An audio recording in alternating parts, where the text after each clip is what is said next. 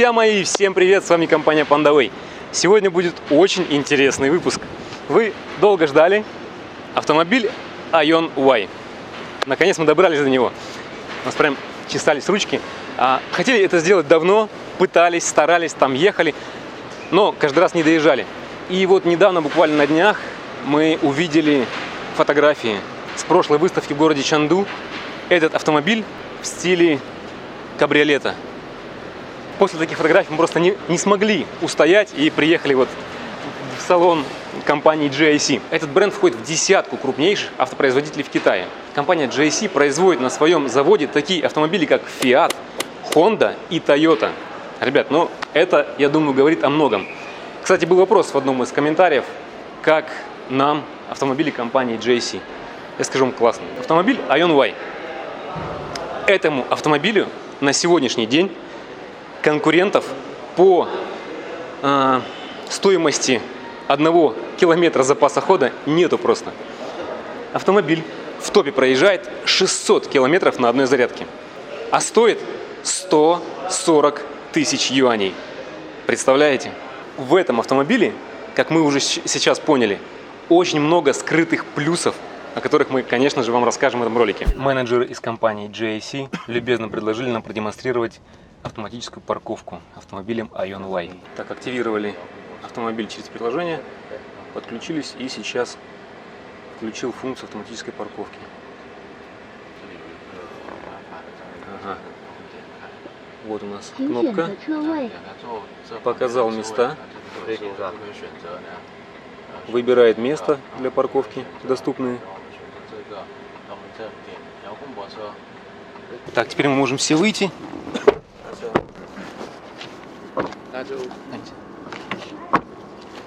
Автомобиль без водителя.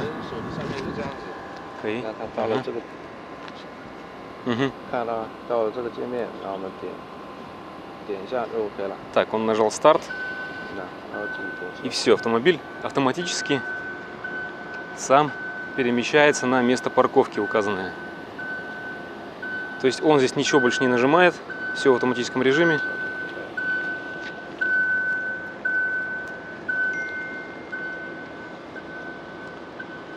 Опа.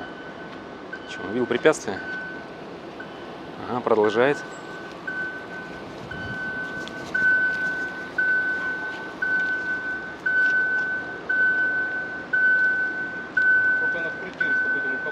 Так, оп, встал. Не понравилось. Не понравилось ей. Равняет, смотри, раз.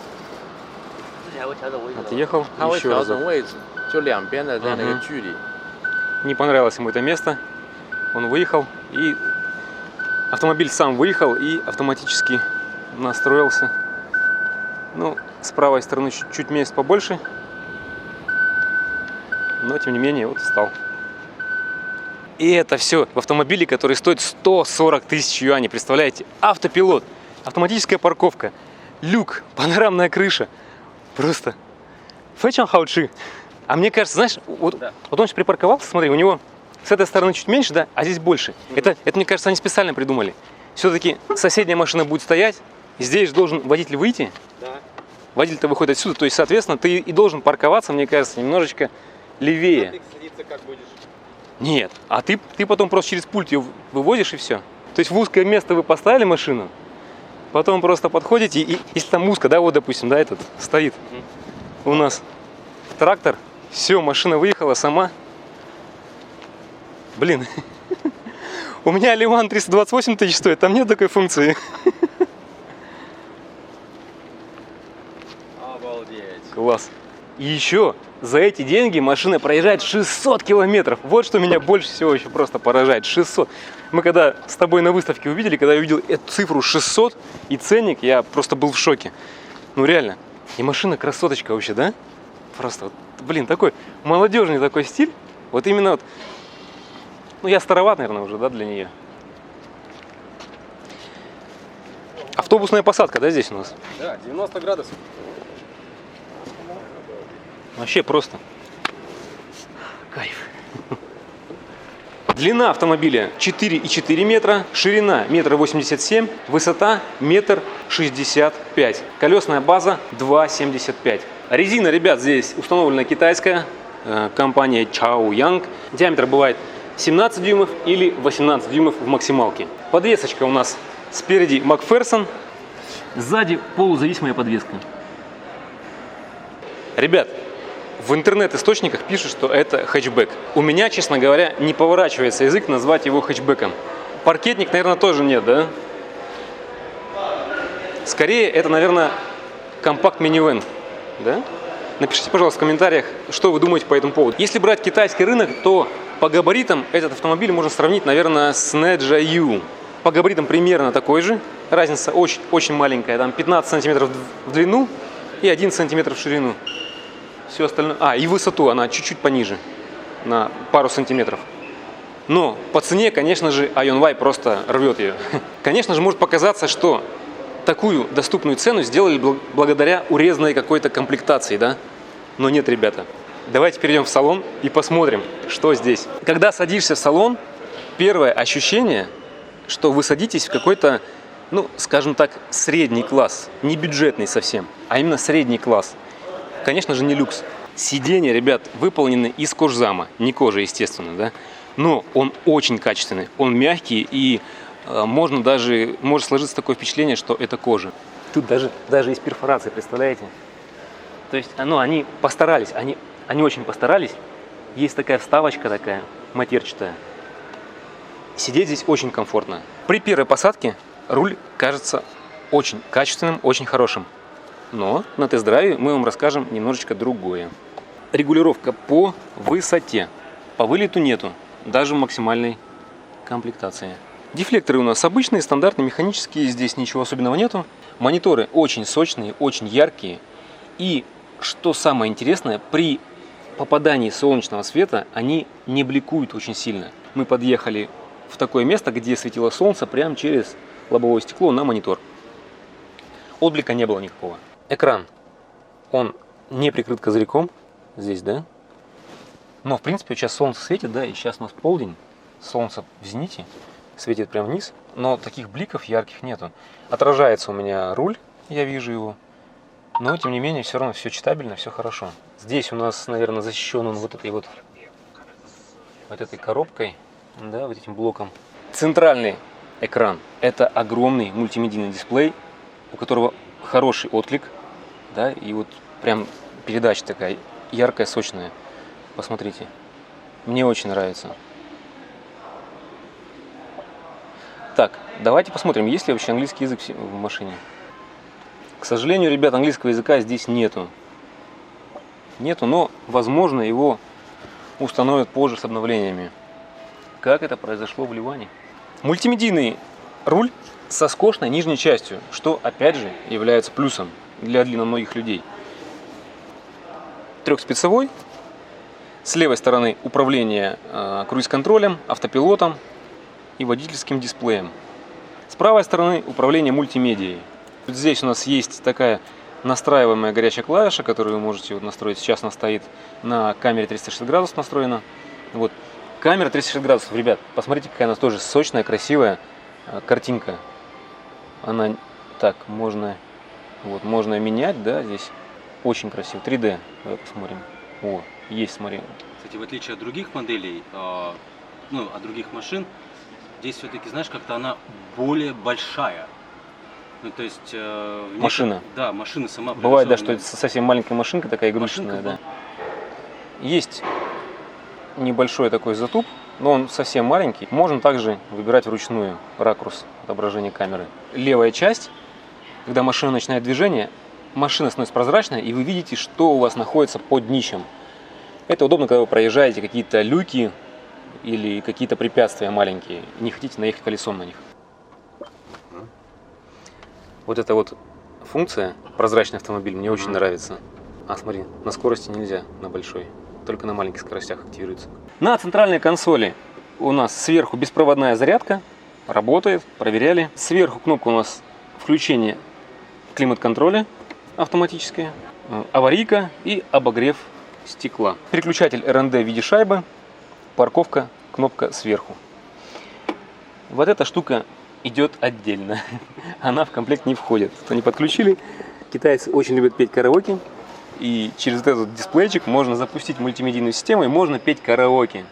Раз-раз. Здесь у нас подстаканники без выдвижных упоров.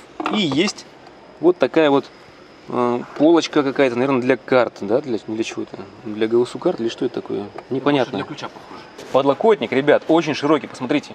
Он очень широкий и удобный. Снизу ниша, довольно глубокая.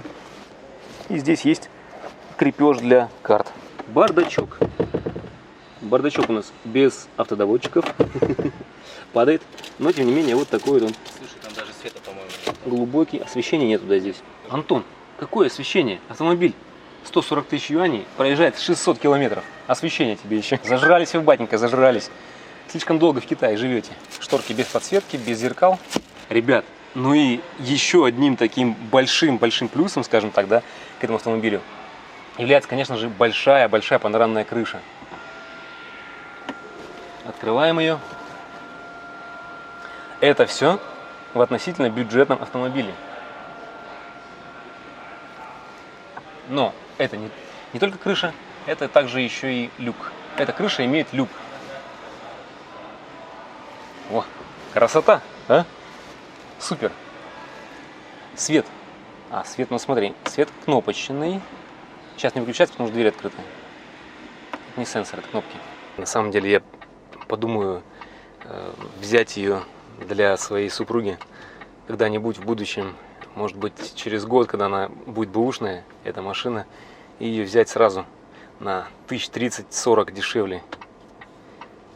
Ну, ты загнул 1030-40. Через год не будет, да? Они перестали так сильно терять в цене электрички в Китае. Ну вот смотри, слушай, шумка, да? Мне кажется, такая, ну, средняя шумка, она не люкс, но хорошая. О, слушай, в этой версии есть камера. Что за камера? Вот здесь камера, да? Это, мне кажется, как они любят китайцы делать, знаешь, в соцсети выкладывать, типа ты едешь с поездки там, с друзьями, там, просто фотку сделать какую-то. Мне нравится вот этот дисплей, он такой сочный, красивый. Яркий, картинка, да. Крутится, смотри, еще можно, если так. Для второго пассажира, если ему скучно в дороге, он может покрутить вот так вот. Давай, это же что? 这个啊，对，这个是一个那个，这个是什么？这个是它那个毫米波那个摄像头，就是那个，它这个车是带360度博析影像的。 В автомобиле установлена акустическая система компании Bon Jovi, я не знаю, что это такое, честно говоря. Если вы знаете такую компанию, пожалуйста, напишите в комментариях, что это такое вообще и что за бренд. Я первый раз это вижу. 4 динамика установлены в автомобиле. На левой двери управление стеклоподъемниками. Все 4 двери имеют автоматический стеклодоводчик. Опускается вровень. Ничего не торчит. Это хорошо. Сиденье водителя. Регулировка у него очень хорошая. По высоте, по вылету. И по высоте, что самое интересное, посмотрите, как она поднимается. Очень высокая посадка. Сейчас сиденье максимально высоко, и еще и место осталось, да? Ну, 2 пальца. Что касается больших людей с большими ногами. Я вытянул ноги полностью. Конечно, так ехать я не смогу. Это очень далеко для меня. Но, ребят, давайте посмотрим, что будет происходить в этот момент сзади. Кресло откинуто до конца. И посмотрите, сколько здесь места просто. Вообще. Ну, это своеобразный минус. Да, как мы уже говорили вам на выставке, как в нашем обзоре про выставку, можно было бы чуть-чуть немножечко сдвинуть этот ряд сидений, потому что, это чересчур, мне кажется, перебор. И благодаря этому появилось бы больше места у багажника. Так, сейчас посмотрим, каково здесь сидит 3 взрослым мужчинам. А вообще такие крупненькие ребятки, я смотрю. Да, крупные вообще качки. Теперь тебе не выступают в росте. Ну вот, смотри, мы сидим, все, смотри, как комфортно. В принципе, 3 взрослых мужчины. Нормально? Естественно, там нет вам? Нет, можно ехать. Что касается посадки здесь, да, на заднем ряду, она не такая обволакивающая, как у Хан Еви, который, наверное, стал эталоном моим заднего ряда просто. Но она комфортная. Также здесь перфорированная эко-кожа, или как ее назвать, кожзам. Перфорация есть. Эти же вставки. Подголовник регулируемый. Так, изофикс есть у нас? Да, Изофикс есть. Да, конечно же, есть изофикс. Все. То есть и крыша. Высота здесь тоже вполне себе хорошая, все нормально. То есть никакого дискомфорта я здесь не ощущаю. В среднем тоннеле у нас есть дефлектор и есть USB разъемчик. Вот. Подстаканников здесь нету. Подстаканники вон только в дверях. Плюсы электромобилей, да? Как мы уже говорили, ровный пол. Хоп, на двери есть у нас блокировка детская, детский замок. Смотри, сейчас я поставил на карте точку дальнюю, и он мне пишет, что батареи у меня не хватит. И показывает, что вы можете зарядиться вот в этом месте, Давай, на дороге. где это место? Так, Так, что-то она вообще показывает где-то в другом месте. Угу, ну, вообще потеряшка. В Тайване есть. GPS 没有定位，你好，baby。早上好，把那个 GPS 打开。您的爱车不支持语音操作 GPS 功能。 Кто нас Она скажет? не видит GPS, видишь, она точку показывает Да.它 правильно. 这个距离是有问题的。 Но она думает, что мы сейчас на пароме приплывем сюда и дальше поедем. Значит, первое, вот эта шайба мне не нравится. Опять же, дело привычки, наверное, но мне очень неудобно. Так, и у нас сейчас ручки открытые на дверях. Сейчас мы поедем, и они, наверное, должны заблокироваться. Давай посмотрим. Так, как это все будет. Дверь Они их не, закрываются. не да, сюда. Мэн, сюда мэн. Ух ты, как он ее закрыл. 我右边。 Буши, канися. Не да мэн. Вот, Да. закрылись. Дырочки закрылись. Слушай, какой-то скрежет я слышу. Так. Смотри, сейчас буду поворачивать. Сензай, нали. 直走，右拐，走到底右拐。 Что там посыпалось у него? Да, там багажник полный хлам. Да. Слушай, ну, динамика как бы такая. Сензай, 右拐。 динамика не очень... А ты в режиме Но- нормал едешь, давай поставим спорт. Не, ну подожди, ну давай так. Эта машина все-таки, да, это с большим запасом хода. Эта машина не для ускорений. Эта машина, скажем так, вот наверное, для супруги, да. То есть ты берешь для супруги машину, которая будет не спеша ехать, но долго. Вот смотри, я поворачиваю. Слушай, какой-то скрежет здесь идет. У тебя у руля, может быть, я вообще ничего не слышу. Я сначала думал, что коврики скрипят, но если коврики, то это тогда получается салон, что ли? Нет. Санса Сыши. Да, Вот, да, слышишь, да. я сейчас поворачиваю. 就35每 Вот здесь 加5码， в руле- 起步。 Слышь, да? Слышал? В руле колонки, когда я направо поворачиваю, круто. Если скрипит, ладно, следующий поворот будем, я тебе покажу. Давай, я сяду, может быть, я услышу. Этот автомобиль, в принципе, для городской езды, не для гонок, не для рейсинга какого-то там, для длинной поездки. Неспешной такой, хорошей, комфортной поездки. Да, поэтому производитель ограничил 225 крутящего момента. Ну, 225 крутящий момент, да, это во всех моделях, во всех комплектациях. Я здесь слышу эхо. Здесь у нас пластик, да, все идет. Вот это пластиковое эхо я слышу. Багажник, ребята, не автоматический. Автоматического закрытия багажника здесь нету.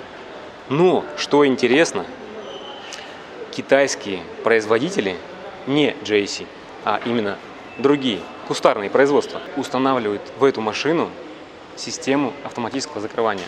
И стоит здесь, в Китае, вместе с установкой 1300 юаней. Представляете? Но если, допустим, у вас нормальные руки, не кривые, и вы можете все это сделать сами, вы можете купить ее вообще за 600 юаней. 600 юаней стоит на Taobao система для автоматического закрытия багажника. Наверное, то же самое можете сделать и вы, если вы купили этот автомобиль с Китая, заказали и вам уже привезли, и вы хотите себе установить, вы можете найти на Taobao ссылочку, заказать, купить и отправить. но не через нас. Мы не занимаемся этим. Это не реклама. Компания JAC хвастается тем, что этот автомобиль можно разложить в 2 спальных места. Давайте посмотрим, вообще удобно ли здесь будет спать.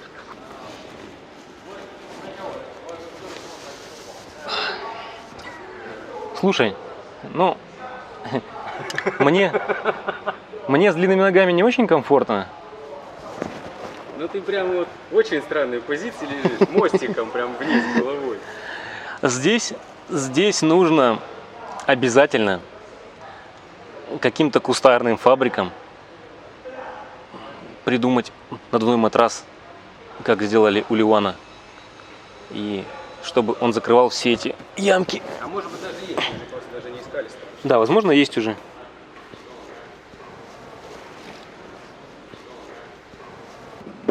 Оп, ого. Ты снял это? Да. К сожалению, точного объема мы не выяснили. Они там нам подсовывали листки с Ion MS, где 480 литров. Мы сказали, нет, друзья, это что-то не то. А здесь другое. На наш взгляд, здесь мы замерим этот багажник в Антохах. Давай, Антоха, давай, поработай немножечко. Закрываем. А типа ты мне попец прижал. Ну, блин, не знаю. Не. Ну что? Вообще некомфортно, но, как мы помним с выставки, здесь же есть вот такая штуковина.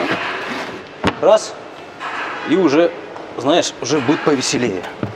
Уже как-то побольше литров, ну, наверное, где-то 380, 300, до 400 однозначно. Но Ну, не 2 больше. Антохи, как в Джаке, не влезет. Не-не-не, 2 Антохи тут никак вообще, без вариантов.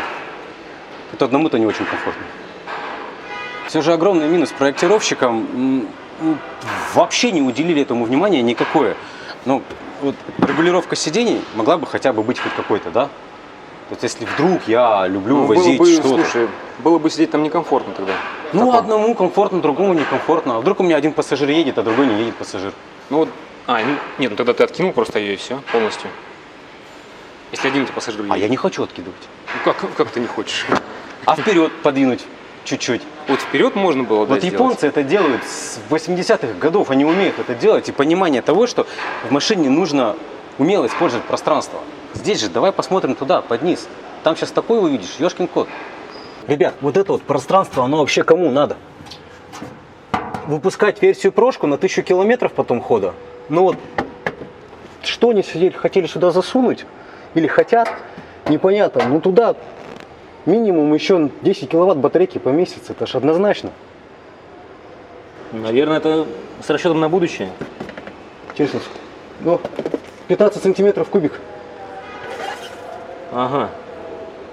То есть клиренс сколько получается? 16. 16. В общем, остаются вопросы, да, проектировщикам этого автомобиля. Есть какие-то огромные плюсы и есть минусы, которые не совсем понятны. Но больше плюсов, чем минусов. Все-таки, если бы я покупал бы этот автомобиль, я на все минусы закрыл глаза легко, потому что дальность хода и то, что эта машинка умеет в плане технологичности, но это бьет всех прям. Вот смотри, едем. Автопилот, ребят. Активировался автопилот. Вот загорелось на зеленым.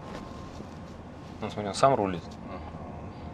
То есть, представляете, в машине, которая проезжает 600 километров и стоит там 140 тысяч юаней, еще имеется автопилот. Вот он показывает, типа, руки. Руки-то держи. Да, держу я.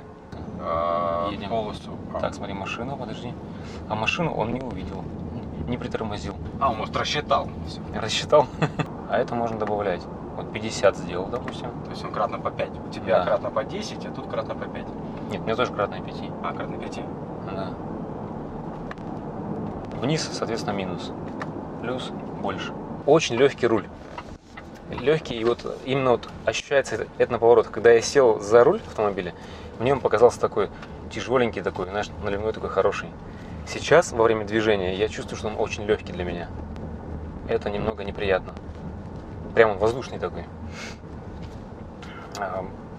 Машина, в принципе, информативная, хорошо. То есть здесь все в этом плане нормально, но руль немножечко легковат. Дальше, смотри, мне не нравится, что вот этот вот лепесток левый, он расположен далеко. Помнишь, как у нас было в Cherry? IQ. Да, в Cherry EQ5. EQ5 далеко находился. То же самое здесь. Левый именно. Правый нормально, левый далековато. И еще, что касается багажника. У нас под вот этой нишей скрывается, под этой полочкой скрывается вот такая ниша, да? Глубокая довольно. И вот здесь есть как раз таки место для запаски. И вы знаете, что интересно? На Taobao можно купить докатку за 200 юаней. Уже продается. Положить сюда и все, и ездить спокойно, не переживая за то, что в дороге вы где-то встанете. А все-таки у автомобиля запас хода 600 километров, а это само собой подразумевает путешествие на какие-то дальние расстояния. Вот поэтому докаточка, мне кажется, будет в самый раз. Проедет ли она реально 600 километров? Ну, давай так. Батарейка у нее емкостью 76,8 киловатт-часов. 13,8. Окей, хорошо. Допустим, заявленный расход 13,8, да? 13,8. Это получается 556 километров. Но это, конечно же, расчетный по циклу NDC, туда-сюда, бла-бла-бла, да? Вот. Но хорошо, давай тогда так. Давай посчитаем 15 возьмем, да? Ну, по трассе, если ехать со скоростью 100, это будет примерно 14. По трассе 14 это 550 километров. Давай 15 посчитаем все-таки. Если вы едете чуть ускоряясь, там, чуть где-то там пробки стоите, да? 500. То есть, в принципе, 500 проехать А можно. если зимой у меня печка работает, это все 20. Зимой это еще минус 30%. Ну давай, Да, да, вот давай ну, на 22 киловатта. скажем, Вот вообще вот жрет прям не в себя, 22 давай на киловатт. 22. 22 это получается 350 километров. В самых жестких условиях, да, вы проедете 350 километров. Ну, это очень хорошо, я считаю. Зарядные порты расположены спереди автомобиля. С правой стороны порт медленной зарядки. Китайский разъем стандартный. Для Европы он не подходит, нужен переходник. И с левой стороны Fast Charge, разъем быстрой зарядки. Что нам понравилось в этом автомобиле, это внешечка.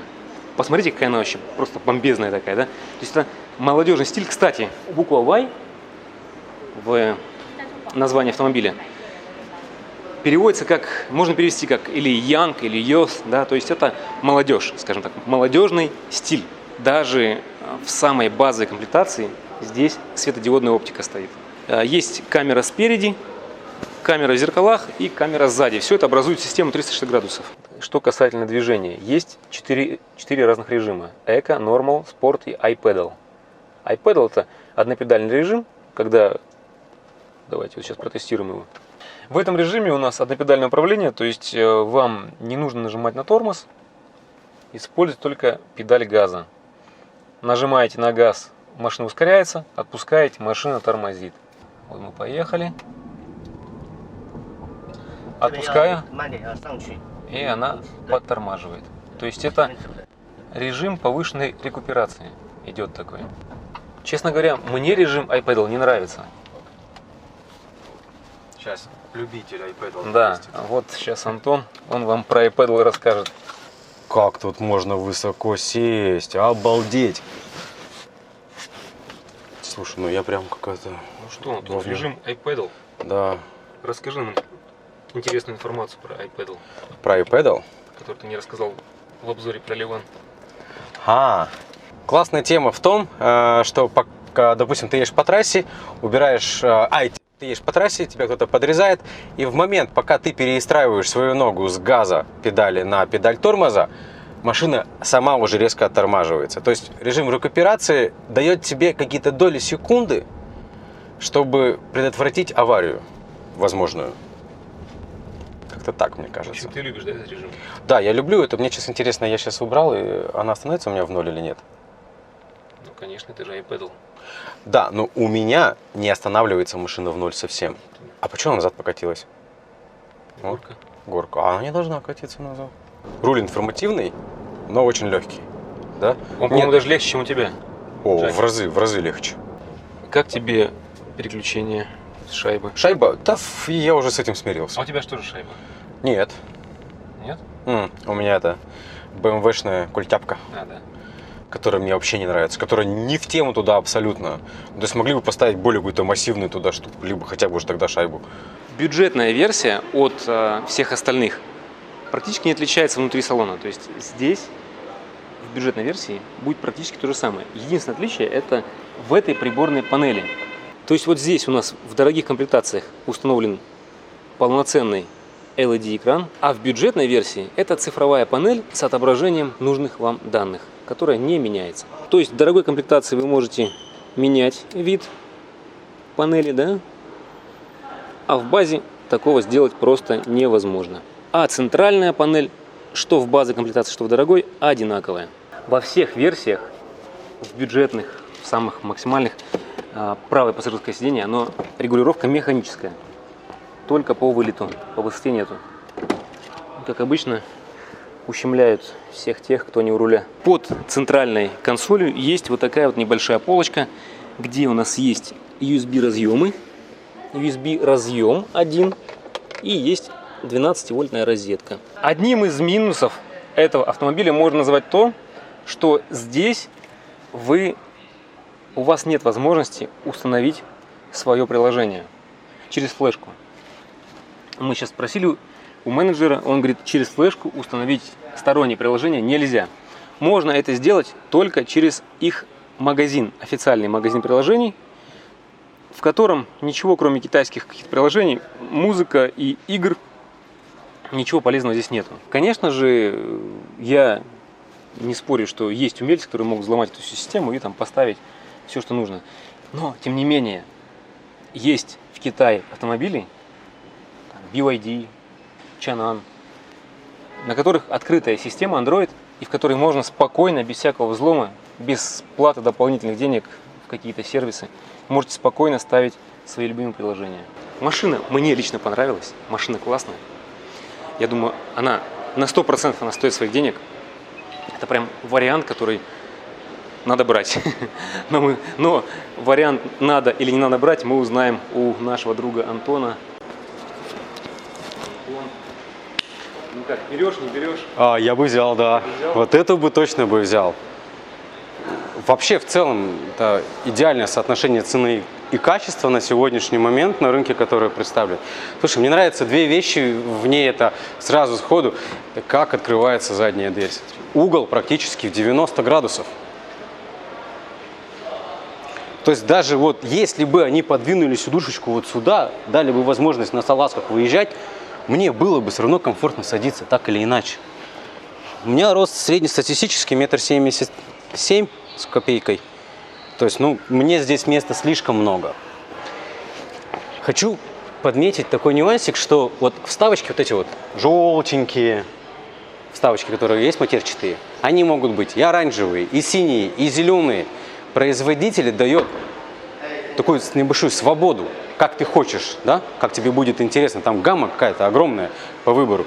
В том числе вот эти вот оранжевые вставки вы можете поменять на другой цвет. Мне лично дизайн прям вообще зашел. Мне нравится, что он такой весь квадратненький. Квадратненькая машинка. Багажник хоть и маленький, но благодаря небольшому скосу сюда, по крайней мере, вверх можно будет напихать всего чего угодно. Плюс, если достать запаску оттуда, докатку, вот эту всю штуковину, там нормальный объем вырастает. В принципе, как-то с этим можно жить. Крышка багажника. Я хотел, Леша, это подметить, когда ты стоял под ней. Ну, посмотрите, 1,78 м, 1,77 м. У меня место тут еще капец. Ты стоял под ней, ты даже не нагнулся, у тебя не было чувства страха присесть под ней. Она высоко открывается. Масса этого автомобиля 1600 килограмм. Для этой мощности, которую ей дали, этого вполне достаточно. Лобовуха. Смотрите, какая огромная лобовуха. Тут просто света туда падает. Интересный моментик. Тут дворнички как интересно сделаны. Этот маленький дворник, да, загнутый такой. А здесь прям огромнейший. Нестандартный чуть-чуть. Судя по всему, придется поискать на Taobao дворнички. Подвеска, Леш, как тебе подвеска, кстати? Давай сейчас люки пособираем где-нибудь. Да. Подвеска, я бы сказал, такая средней жесткости. Все-таки здесь колеса не очень большие стоят. Угу. И колеса не поглощают сильно. Педали, ход, как тебе? Педали ход классный. В плане тормоза он достаточно информативный по длине своей. То есть ход педали тормоза классный. Педаль газа, она короткая. И вот в режимах High Pedal, в режиме iPedal, Eco, Normal и Sport ход педали газа не меняется. И он очень короткий. Посадка супер. Вот посадка прям вообще классная. Кресла удобные, мне кажется. Кресла удобные. В плане, я же могу прям сесть высоко-высоко. Ну вот, это очень здоровское. Ограничение скорости у меня пишет здесь 20 км в час. Вот хорошая функция, которая мне нравится у BYD, есть сразу прямо на экране ограничение скорости отображается. То есть, несмотря на то, что у нас сейчас навигация не активна, мы просто едем по дороге. Фафакалка такая. Слушай, мне нравится автомобиль. Автомобиль вообще заслуживает такого огромного внимания к себе. Он же просто за те деньги, которые он продается, с той дальностью хода, это все-таки лучшее предложение на рынке на сегодняшний день. На момент записи ролика это однозначно. Я думаю, BYD надо очень сильно постараться. Очень. А мне нравится здесь iPedal. Только сильно быстро скорость сбрасывает, то есть непривычно для меня. Назад катишься, да? Да, почему? Ну так не должно быть. Ты iPedal поставил? Да, там режим iPedal, я назад откатываюсь. Сейчас маленько вперед. Ну, вот уже нажатие такое, знаешь, дешевенькое. Вот да. Такое вот. Здесь плохо, что они сделали не кнопки, а именно такая вся вот эта панель. Да, она вся гуляющая, да. Получается, где бы ты ни нажал, ты ее всю нажимаешь каждый раз, получается, да, и... Ну. Едем, посадка комфортная, очень хорошо разместились. 3 человека, взрослый сзади, там вообще как-то роль. Вот откатывается назад и все. Да? Угу. Не держится. Не держит, не хочет. Смотри. И Выше? поехали назад. Попробуй сейчас. И опять назад. Хорошо. А если норму поставлю? Давай. А он едет вперед. А он едет вперед. Ну, То есть в норму он постоянно мне вперед тащит. А на iPedal он отпускает мощность в ноль. И типа, хочешь, чтобы я контролировал тормоз? А зачем, почему тогда, если это однопедальный режим? Интересная ошибочка. единственное, что мне немножечко странновато, для чего вот эта большая такая торпеда спереди, да, здесь у нас верхняя часть. Под капотом посмотрим, что же там у нас. Давайте, да, заглянем под капот.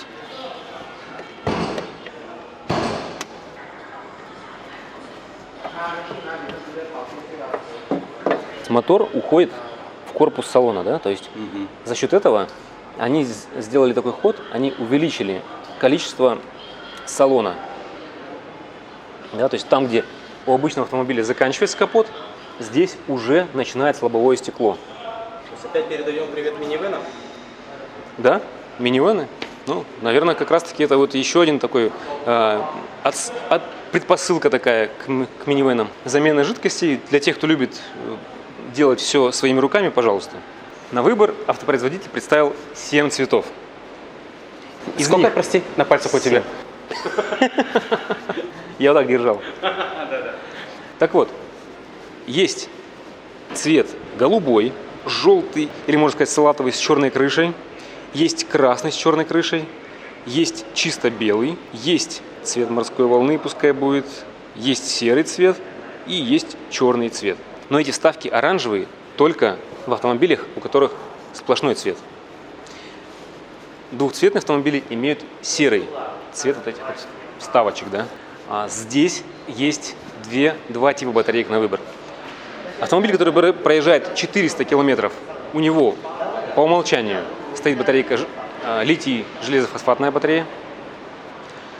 Автомобиль, который проезжает 500 километров, вы можете выбрать либо литий-железофосфатную батарею, либо тройная литиевая батарея. Автомобиль, который проезжает 600 километров, там уже по умолчанию только тройная литиевая батарейка. по заявлению менеджера здесь установлено водяное охлаждение и подогрев батарейки. Еще одним большим плюсом является то, что к этому автомобилю идет очень полезное приложение в мобильном телефоне. Через него вы можете автоматически парковать машину, можете открывать двери, блокировать, да?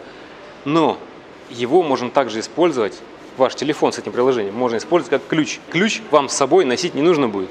Подходите с телефоном и попадаете в салон.